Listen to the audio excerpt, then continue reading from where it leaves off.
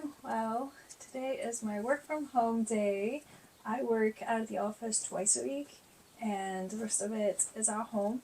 After a series of being super unproductive, today I tried to change things a little bit, trying to see if I could move into a more productive day work from home, and I want to share that with you. Some of the things that I'm going to do to change my routines, and hopefully we can knock out a lot of things from our to-do list. So I'm looking at my calendar, and over the past week, I have received a lot of tasks. And it's reaching out the end of the quarter, and I have all sorts of invoices from different contracts coming in. I'm a project manager, by the way, and I manage different programs. So end of the quarters are a very, very busy time for me. So I'm approaching that, and right before it, it's just always like this. As soon as you're reaching out to the busy timeline, all sorts of other reports shows up as well. Anyways, I'm trying to knock all of those out before the actual slew of many invoices is gonna hit my desk. So I'm looking at the list that I've prepared yesterday. The number is kind of crazy. I have a lot of tasks. Okay, first of all, the most important thing is that we have 3 contracts that are due for renewal, and I need to sit down with my manager so she can tell me how to prepare the contract draft. I've scheduled twice meetings with her, but she has her own reports to work on, so we had to cancel that. So I would like to sit down with her, or at least schedule a time so we could go over those before it gets late. There's a website update, and I have been really procrastinating on this one because I just don't know how to update our website given how out of date everything is. But anyways, I need to face this and update our website. Yeah, I think this is it. It'd be ideal if I can get through as much as these, because definitely this is the last week before I'm gonna get all the invoices next week. So if you're interested, please keep on watching, sending me good energy and vibes to get my life together, have a productive work from home day, and I will check back with you at the end of the day.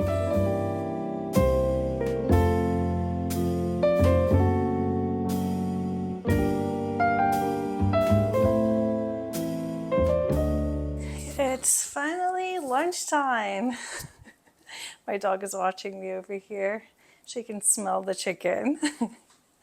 So since it's Persian New Year, I have been craving all sorts of Persian food. I typically don't make any because I don't know many recipes, but we're gonna try today something that I have never tried. So Persian food is very delicate. It's a long time to create. It requires a lot of cooking skills, and it's not very easy. At least I don't find it easy. And whenever I try to make a recipe, I'm trying to find some sort of a shortcut, because we are a working girl and we don't have time to be in the kitchen all day to make a meal. And I have realized one of the things that I typically can do to make my days go smoother is if I have cooked chicken in the fridge, whether I made it or I buy it. Just having it in the fridge makes such a big difference. And so today we're gonna make zereshk polo.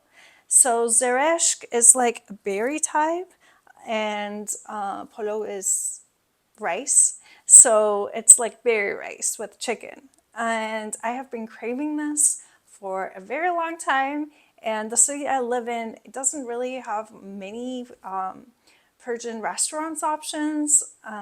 It's not like in California or in Toronto that you could have a restaurant any corner of the town. So if I crave for Persian food, then I have to make it myself. So let's start with the rice because that takes the longest. And I'm going to show you everything I do. So I went ahead and bought this wonderful rice cooker. It's from Pars. You can get it on Amazon. It makes the crispy bottom rice, and that's the significant part of how Persians make their rice. So for that, it has a direction. It comes with a manual. Just follow that. The best rice that we found, it's from Thailand. It's this jasmine rice. So it's like having these 3 girls in green. It comes in different colors, but the green is the color to go for. I'm gonna put the rice in, and the water and oil and salt, and then we can move forward.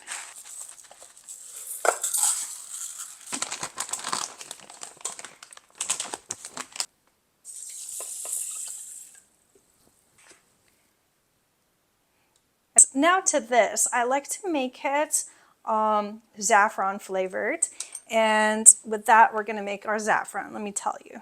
So before I put this on, we're going to make saffron and pour over it. Okay, this is my way, by the way. This is not the way to do it properly. I apologize for proper Persian cooks out there. Don't torture me.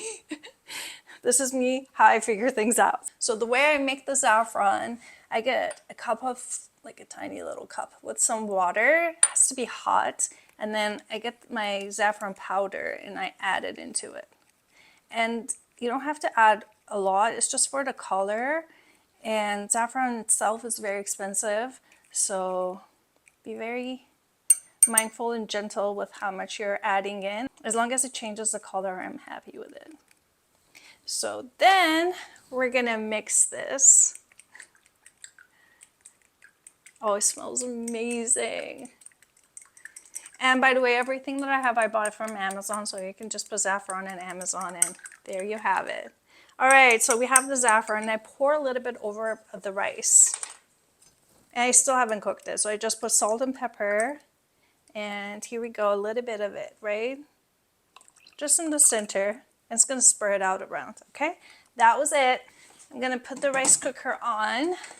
As you can see over here, it has different grates, and this is the level of crispy color you're gonna like. So I usually go pretty much very close to the dark because I like it very, very dark. Yeah, so rice is done. It's about to cook, and we can do other things now. Okay, next we're gonna be making our chicken.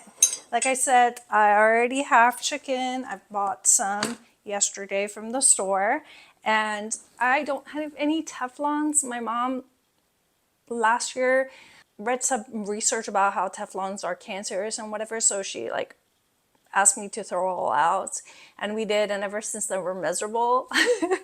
We really can't cook very much. That's why I got that rice cooker.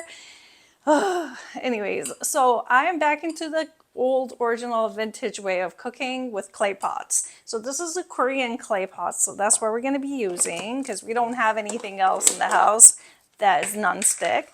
And I have some chicken drumsticks. You could use whatever type of chicken you have and you like. You know, honestly, it makes no difference. I'm making it for me, so I'll just put 2 in there. To this, chickens right here, I'm gonna put the rest of this saffron water thingy, just gonna pour it in. So this is already cooked. Like if you're trying to cook it, then you would cook it properly.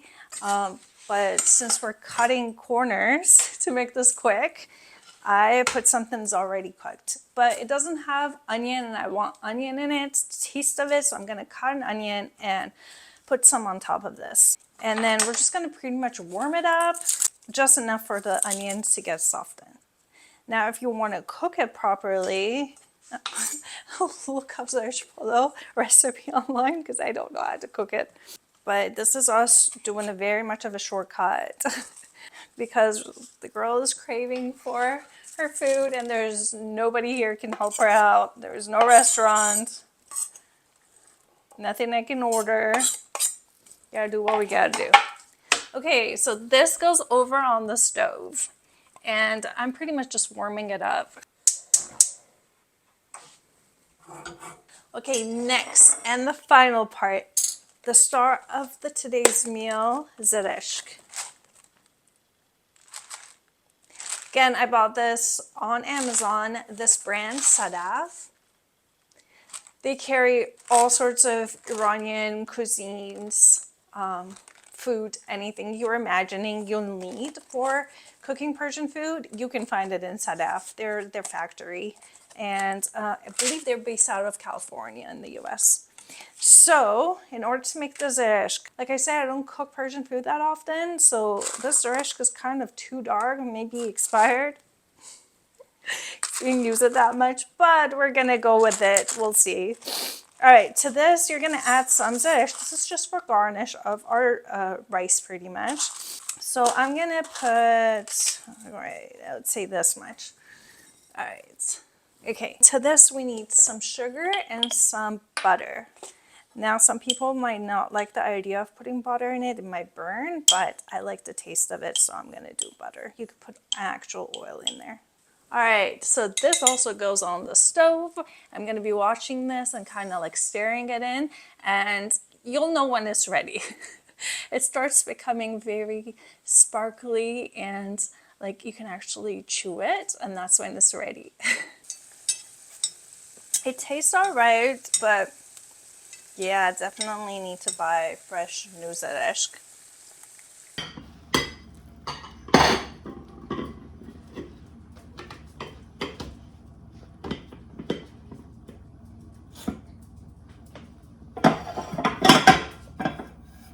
Our food is ready, but unfortunately it's not zerespolo anymore because our zereshk, the berries, the more I start cooking them, the weirder it started looking. It was obviously way past due and it didn't look at all normal or tasted good, so I threw them all out. So, and I ordered another batch from Amazon. It'll be here soon, but not today, not right now. So we end up having just the chicken and rice. Just made some yogurt with mint leaves, salt and pepper, and the rose petals, the edible rose petals. You can get them from Sadaf, from Amazon as well. And then I have some basils. Fortunately, it's missing our star of the show, Zereshk, so I have to make it again as soon as Amazon delivery gets through. So I'm gonna eat this and get on back to the computer, start working out of the to-do list.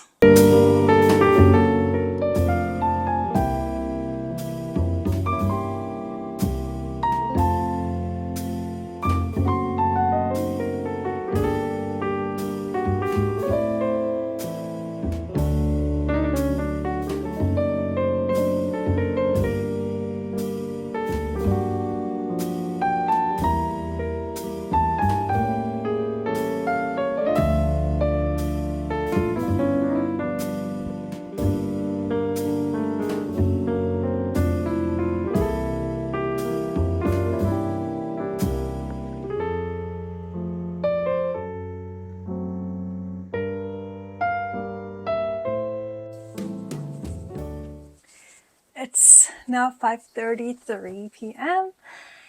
and the end of the workday. I'm here to report to you it was a productive day. I got to send some emails to get started in some of the tasks, so I'm halfway through with some of them.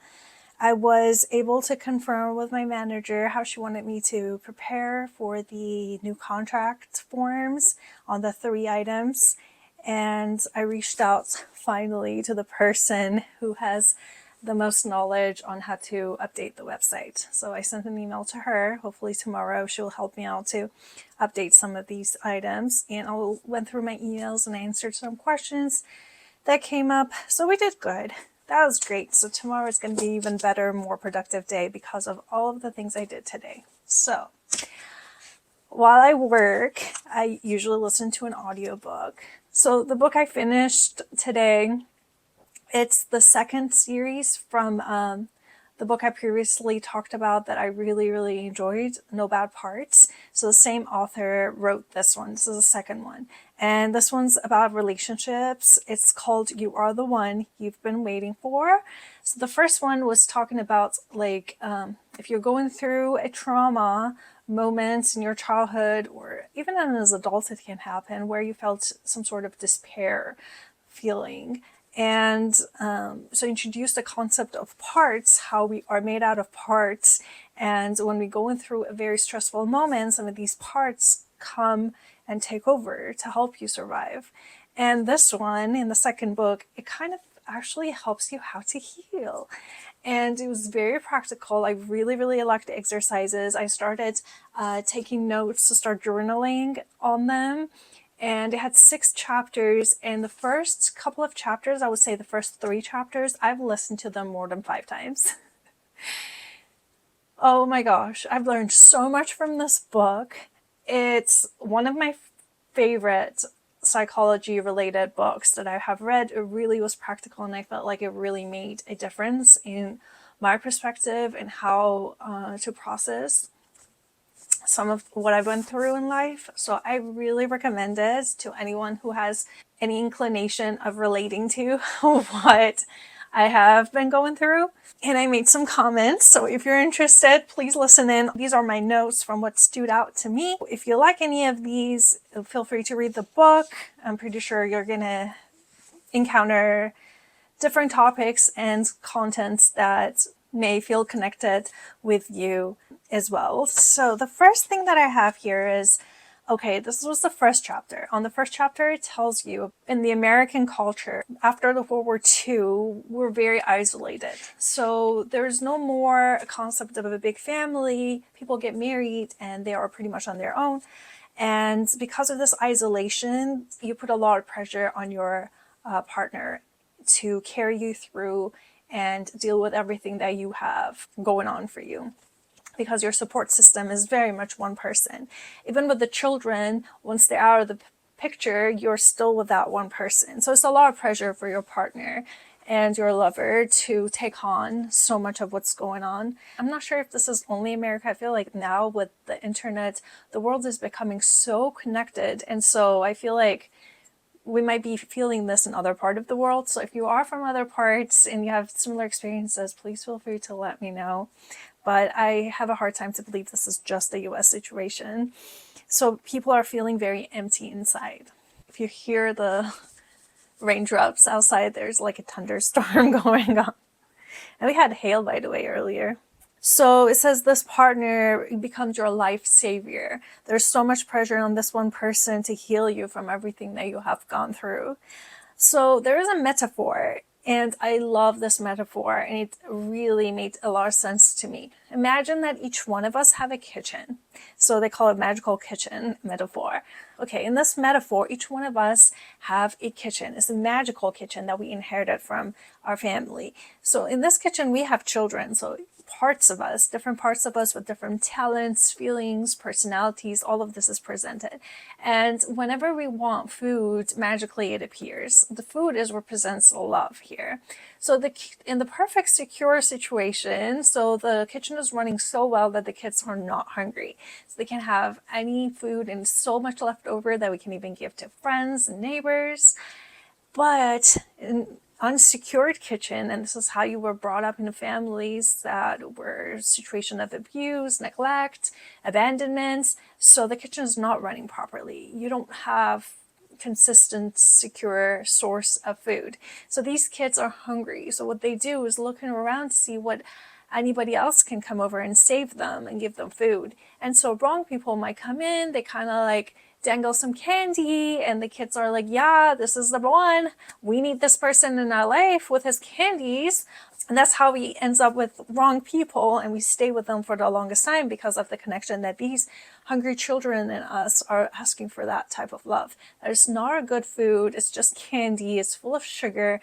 But, they're kids and they run the show because we are just so busy and so neglected, and we're dealing with our own issues, so we don't have time for them. As long as they stop crying, we're happy. So, okay, this candy man comes and gives them candy. It's not all the time, and he might be abusing us in his own ways, but at least sometimes these kids are quiet, and that's all we're asking for. So then what happens?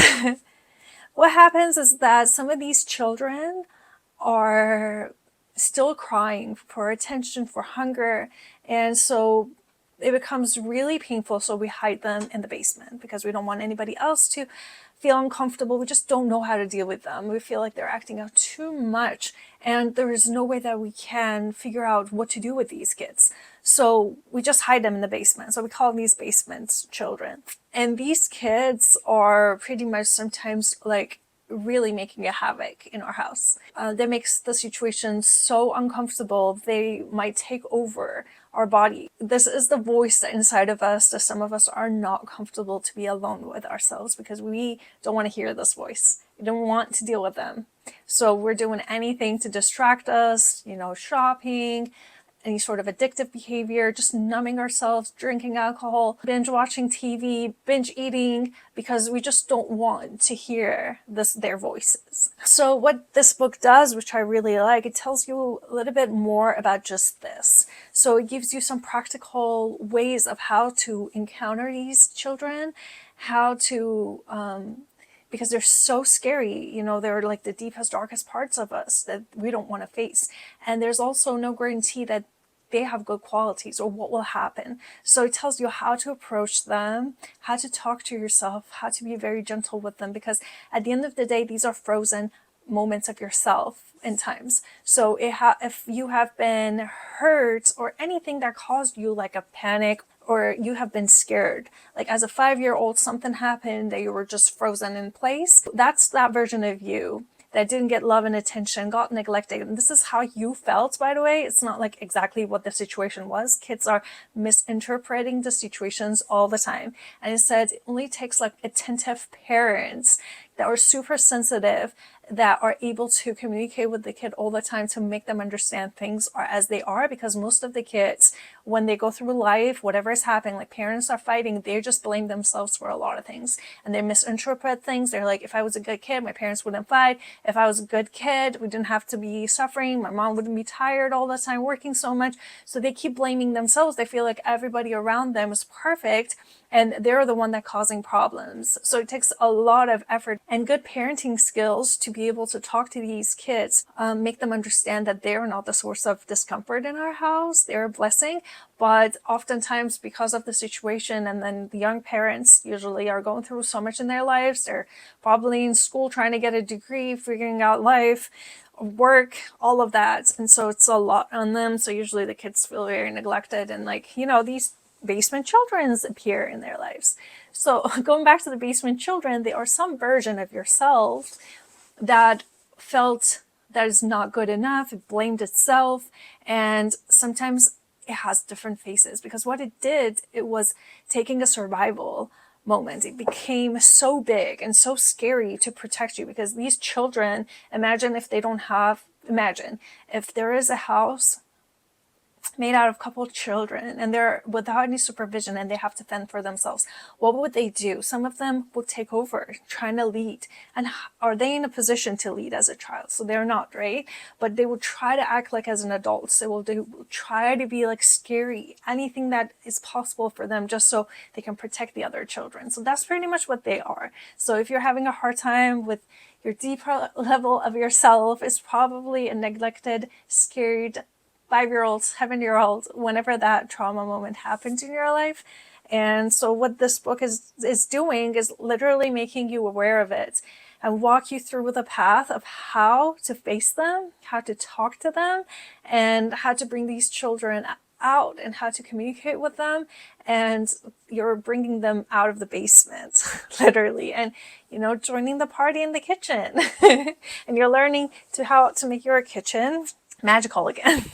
And it talks about how these exiled parts were created. They are usually a vulnerable part, very sensitive part of our personality, and we learn about them through our caretaker. So our primary caretaker, if it embraced us and these vulnerable, sensitive parts, and then we learn how to love and we learn how to accept these parts. But if for any reasons they didn't love these parts in themselves, our caretakers, and they start reacting to us in a way that we felt insecure, embarrassed, shameful, neglected. So we hide these parts because we want to be accepted by our adult primary caretaker, because our caretaker equals our survival. So we, as a children, we are in desperate need of being accepted by adults, because if they're not approving of us, that means that we may not be able to survive. So our survival depends on their acceptance. So we'll do anything for them to accept us. So you think these parts of me, these vulnerable parts, is bad? Okay, it's bad. So you're hiding them. So that's how this whole thing starts,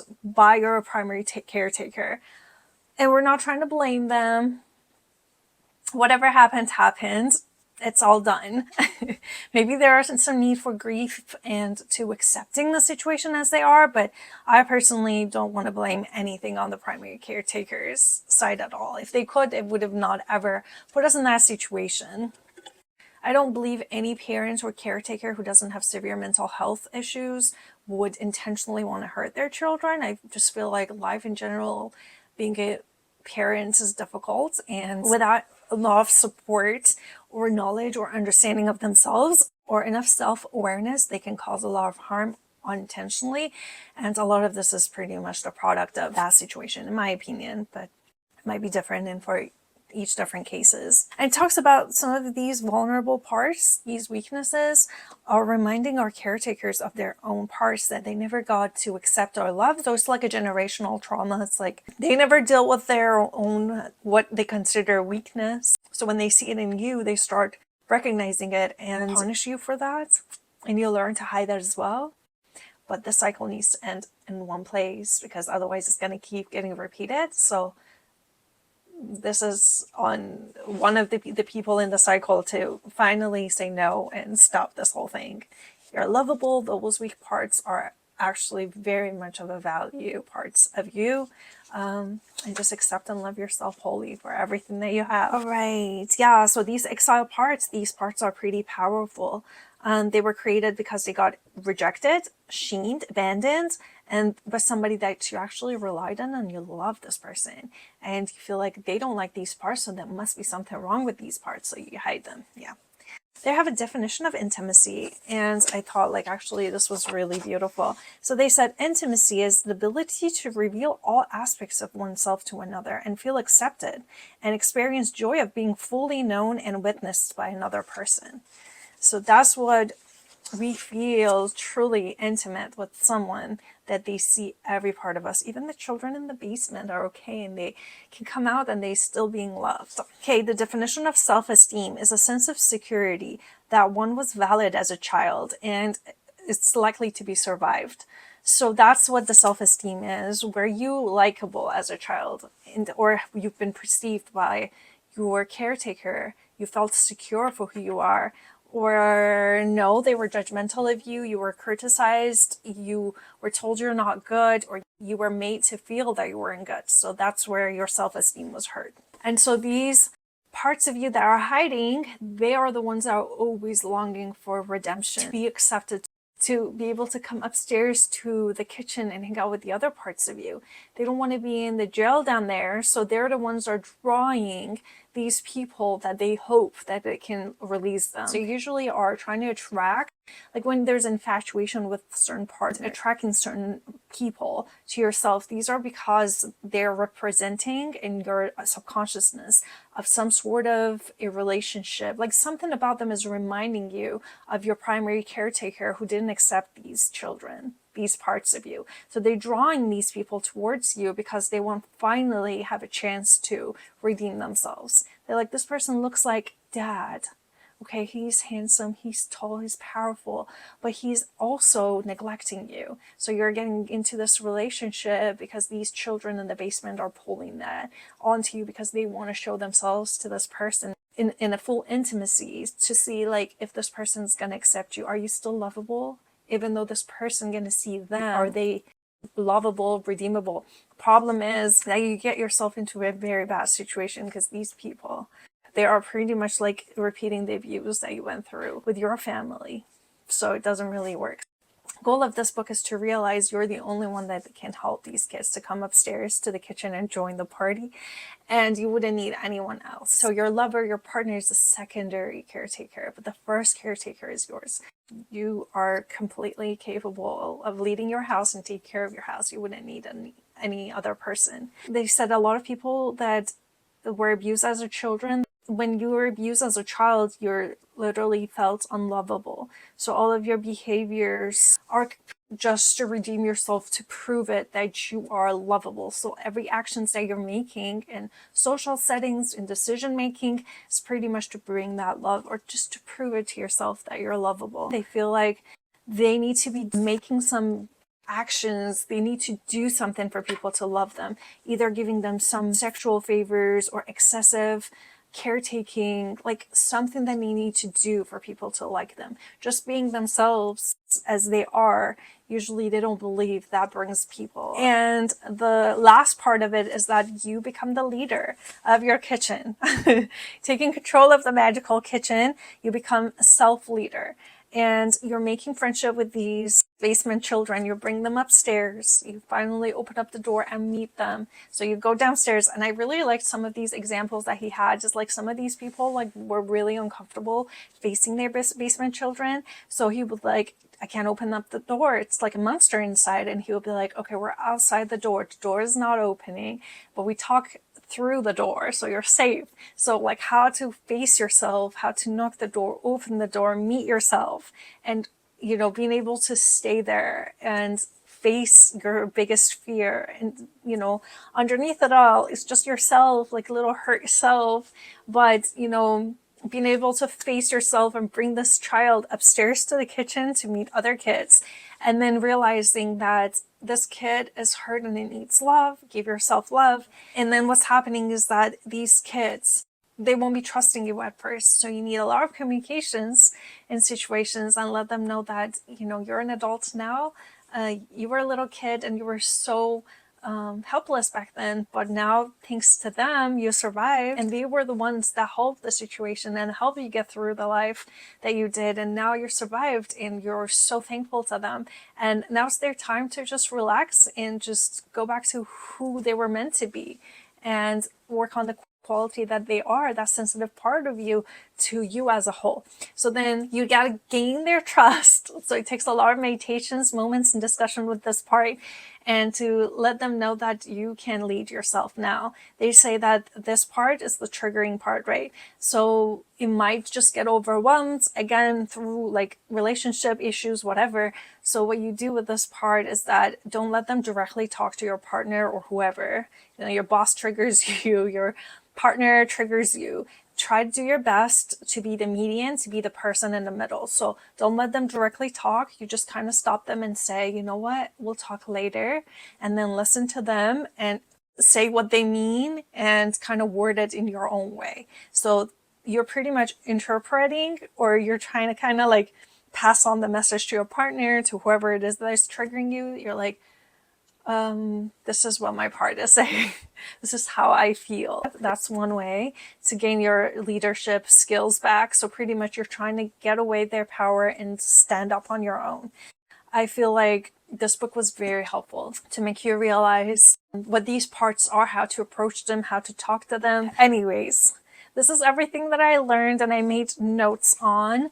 I really, really enjoyed this book. So if any of the topics I talked about today is relevant to you or anyone that you know might be able to use, that's the book. Feel free to buy it for them, recommend it to them, let them know. I found it very, very useful in my healing process, so I wanted to share that with you as well. Now, I feel like I want to make a tea and a cookie. I feel like I want to eat something sweet with my tea, and we're going to have to get started on working on my Chinese homework. And I have my Chinese class in an hour, so I gotta catch up to that and attend my Chinese class.